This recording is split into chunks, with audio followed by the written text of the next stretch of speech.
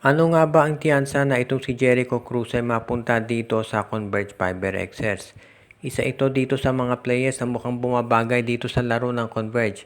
Dahil alam nating maraming mga fans medyo naiirita dito kay Jericho Cruz. Pero sa totoo lang, isa to sa pinakamahusay na two-way player sa pagdating sa PBA. Ito ay mahusay sa scoring. Nakita nyo naman kung paano ito mag-deliver para dito sa San Miguel. Actually, maski na nung nasa ibang teams pa yan katulad ng NLEX, TNT, Rain or Shine, alam natin na magaling umiscore itong si Jericho Cruz. Pero bukod dyan, isa rin ito na solid player sa defense. Kaya hindi na ako nagugulat na ito ay gustong makuha nitong si Coach Franco at Atienza para dito sa Converge. Kung sakasakali nga na makuha nila itong si Jericho Cruz, maganda kalalabasan nito para dito sa kanilang lineup dahil isa siya doon sa mga players talaga na masasabi natin na magiging bagay yung performance pagdating dito sa sa Converge. Ang magiging question na lang paano nila ito makukuha dahil alam natin na magiging mabigat yung hihilingin kapalit ng San Miguel. Dahil ito si Jericho Cruz ang laking parte ng rotation ni Coach Leo Austria.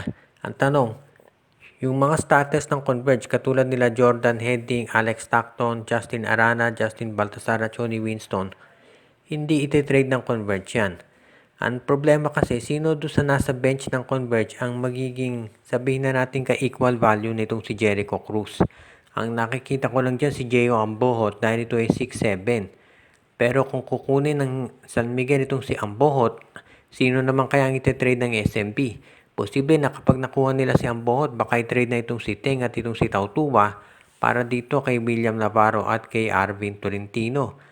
At yan ang magiging resulta ngayon para sa SMB. Tignan natin kung sakali na matuloy nga ang ganitong bagay. At sa sitwasyon ngayon dito sa PBA, hindi lang itong Converge Fiber Xers ang nagpapalakas. Dahil ang balita natin mukhang itong Phoenix Fuel Masters daw, mukhang meron din gagawin daw na pagbabago dito sa kanilang roster. Ang sama ng laro ng Phoenix ngayon, kung kayo yung nagsusubaybay dito sa PBA, mapapansin ninyo matagal nang medyo masama o bagsak yung performance ng Phoenix at mukhang ang magiging sitwasyon nga dito magkakaroon daw ng major changes para sila naman ay makakuha ng momentum at mabago na yung fortunes ng kanilang koponan.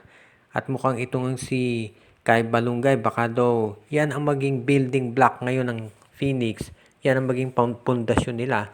At ang ibig nito sabihin baka ito si Jason Perkins ay matrade na sa ibang koponan para maging sabihin natin total na yung focus ng Phoenix, mag-rebuild sila around Kai Balungay.